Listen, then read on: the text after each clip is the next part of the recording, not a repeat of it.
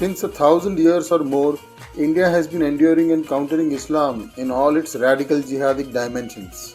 Those interested in knowing how India suffered under Islamic invasions can learn in depth about this from the books cited in the description.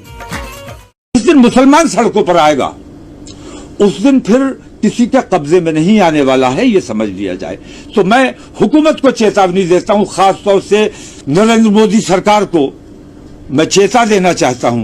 आपने जंग का ऐलान कर दिया है, उखाड़ेंगे, बंगाल में उखाड़ेंगे, केरला में उखाड़ेंगे और इतना उखाड़ेंगे कि दोबारा जुड़ नहीं सकेगा। उखाड़ेंगे, बंगाल में उखाड़ेंगे, केरला में उखाड़ेंगे, झारखंड में उखाड़ेंगे। अरे तुम देखो कैसे उखाड़ इतना उखाड़ेंगे और उखाड़ देंगे, उखाड़ देंगे।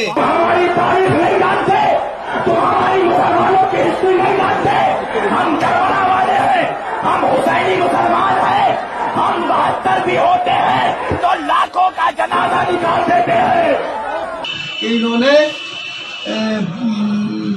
चढ़ाने की जल चढ़ाने की बात करी, तो बहरहाल अगर जल चढ़ाने की बात करेंगे तो हजारों आदमी का खून चढ़ जाएगा। अगर हमारे नौजवान बच्चों को हमने एक दफा इशारा कर दिया और उकसा दिया तो हमारे बच्चे उनसे कई ज्यादा ताकत रखते हैं। ये मत समझना कि हिंदुस्तान के मुसलमानों से रोहिंग्या का मुसलमान अलग है। दुनिया में मुसलमान कहीं भी हो, हम सब आपस में भाई हैं। तो हमने इस मुल्क पर 800 साल हुकूमत की, तुम्हें 70 साल हो गए हुकूमत करते हुए, तुम हमारा निशान मिटाना चाहते हो। खुदा की कसम तुम मिट जाओगे, लेकिन कलमा पढ़ने वाले नहीं मिटेंगे। अरे हिंदुस्तान हम 25 कौड़ है ना, तुम 100 कौड़ है ना, ठीक है। तुम तो हमारे से इतने ज्यादा है, 15 मिनट के लिए पुलिस को हटा लो, बता देंगे किसमें हिम्मत है, कौन ताकत है। जब तुम हमें भारत से भगाओगे, भारत से निकालोगे, तो हमारी शरीयत ने हमें आखिरी हल भी बता दिया और वो है जिहाद। मोदी जी, अब हम उठ गए हैं। अब इस युद्ध में या तो पूरी तरीके से हम जीतेंगे या पूरी तरीके से हम हारेंगे। कसम उस रब्बुल आलमीन की, हमारे हाथ में भी हथियार आ सकता है, अगर हम चाहे तो हथियार आ सकता है, हथियार आ सकता है। उजाड़ करेंगे इस बाप को, खत्म कर देंगे इस तमाली को, तमाम को। 15 करोड़ है मगर 100 के ऊपर भारी है, याद रख लेना ये बात। हमारे हिंदू भाई कि इनकी सिर्फ तारीख में नाम रह जाएगा और नक्शे पे जमीन पे कहीं ये देश दुनिया नहीं दिखेगा। विश्व हिंदू परिषद वालों, बजरंग दल वालों, नरेंद्र मोदी सुन ले, ये मुल्क तेरे बाप की जागीर नहीं है। हिंदुस्तान के अंदर पार्टीशन की एक नई तहरीक को चलाया जाए, हिंदुस्तान की धरती से एक नया मुस्लिम वतन निकले। उस जगह में उस थाने का जाकर के हम घेराव करेंगे और वहाँ पर भी हम फिर हो सकता है फिर हमको मजबूरन कानून को भी हाथ में लेना। बाप की जागीर नहीं है,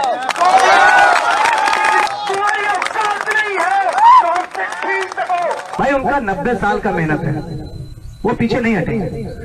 हमें डटना है और ऐसा डटना है कि वो पीछे नहीं, वो चले ही जाए। मोदी जी और अमित शाह जी सुन लो, कान बेरे हो गए तो कान खोल के ये जो मेल है कान में से निकाल लेना। वो 5 लाख थे, अब 5 करोड़ के अब जनसंख्या कुर्बानी देगी कि हमको एक साल में 5 गैर मुस्लिमों को इस्लाम पेश करके मुसलमान बनाना है, कोशिश करके जिद्दोजहद करके माल देकर कैसे भी हिकमत से। तो आप बतलाएं कि एक साल में कितने करोड़ हिंदू मुसलमान होंगे? बोलो 25 करोड़, 55, 25, 5 करोड़ मुसलमान, तो 5 को बनाएगा तो कितने होंगे? 25 करोड़। 2 साल में कितने हो जाएंगे? हमें तीसरे साल तुम्हारी खुद हुकूमत आ जाएगी। Secular state governments enable jihad under their administration, and their elements are the first ones to interfere and agitate against anti-jihadi reactive incidents in nationalist government administered states. The secular axis, along with jihadis, fosters propaganda which involves falsely crafted narratives designed to portray defensive Hindu actions as communal. Remember, Rahul Gandhi said, that the Indian Union Muslim League is secular. Muslim League is a completely secular party. Right. There's nothing non-secular about the Muslim League. Questions are a little disjointed. Sorry about that. I think the person hasn't studied the Muslim League. In the accused versus the state litigation in case of love jihadis, thanks to Muslim appeasement, the secular state deliberately weakens the case against the accused by concealing evidence using weak arguments. Lawyers are paid to weaken the case to let them go scot-free. Dr. Pankaj Narang, Richa Gautam, Ankit Saxena and many more.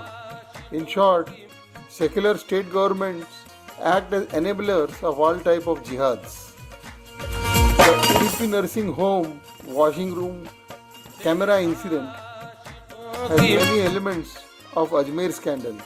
Most notably, getting photos of female victims in vulnerable condition for blackmailing and involving them into sex rackets.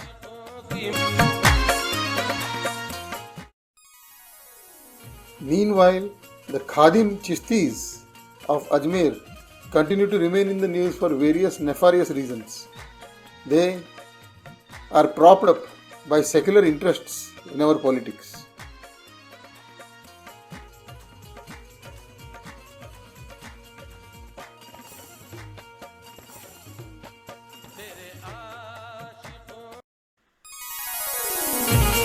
Recently, we had a Congress minister from Congress-ruled Rajasthan, Rajendra Guda, stating in TV interviews about his fellow congressmen, including the state chief minister Ashok Gehlot, being involved in the Ajmer 92 rape scandal, the perpetrators of which were Farooq and Nafis Chisti, both youth Congress leaders as well as members of the Khadim families linked to Khwaja Moinuddin Chisti's Dargah.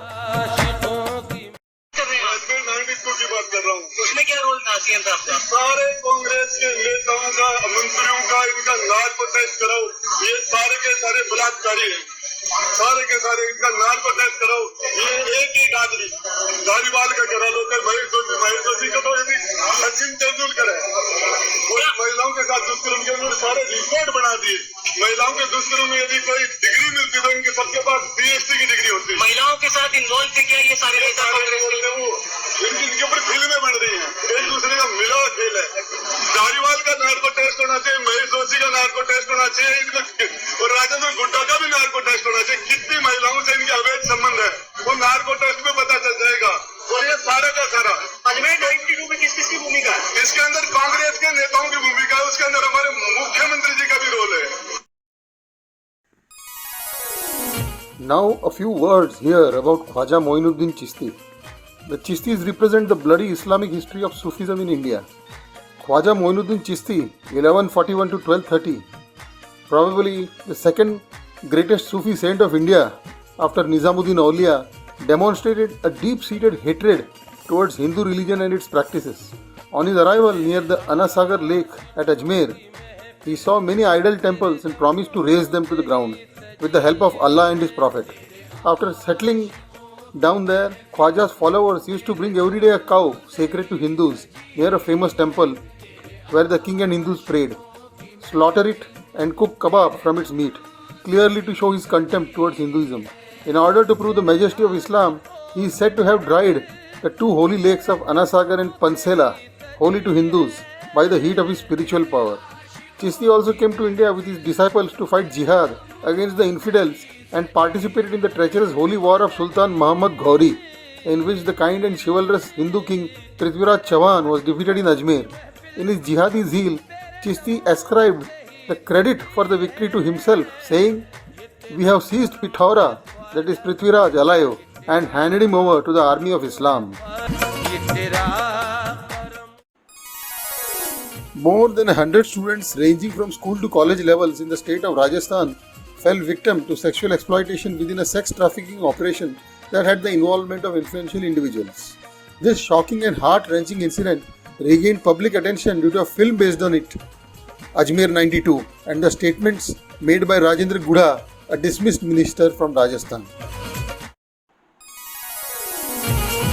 The case involving the exploitation of more than 100 women was exposed when journalist Santosh Gupta's report in Dainik Navjyoti of April 92 unveiled a shocking scenario.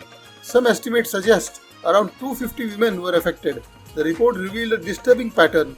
Schoolgirls victimized, their private moments recorded, and explicit photos taken. Titled "Daughters of Leaders Blackmailed," the report sent shockwaves nationwide, detailing a racket exploiting over 100 young women from 17 to 20 years of age from various Ajmer schools. The gang, politically and financially influential, coerced victims. Post-report, culprits purged evidence, officials covered tracks, and the victims' families quietly relocated. Prominent accused hailed from the Khadim families linked to Khwaja Moinuddin Chisti's Dargah, posing as Sufi saint descendants.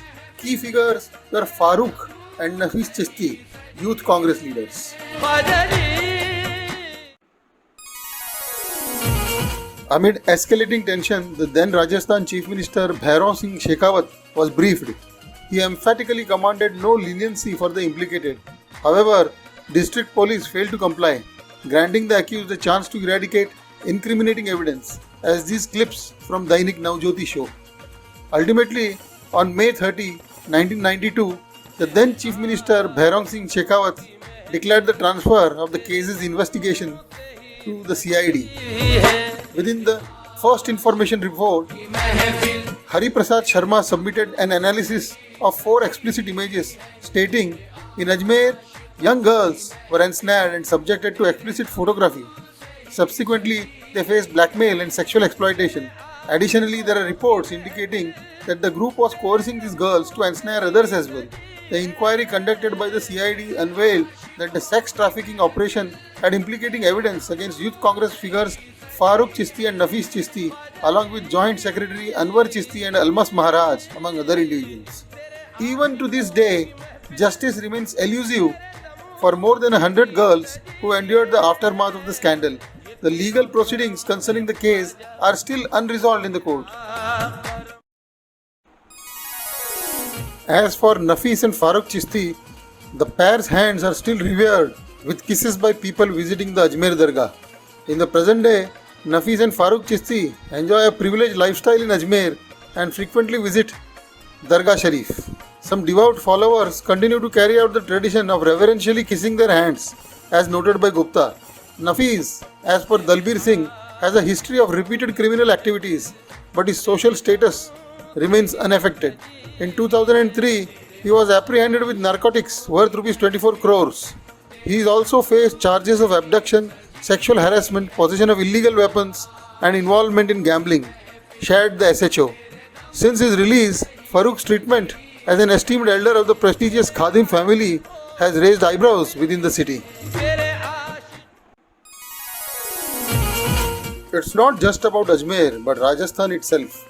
After 30 years of silence, Rajasthan's current Chief Minister Ashok Gehlot persistently rejects the narrative.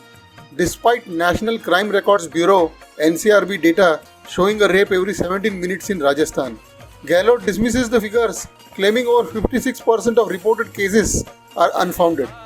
The National Commission for Women blames the Chief Minister's comments for an upswing in crimes against women.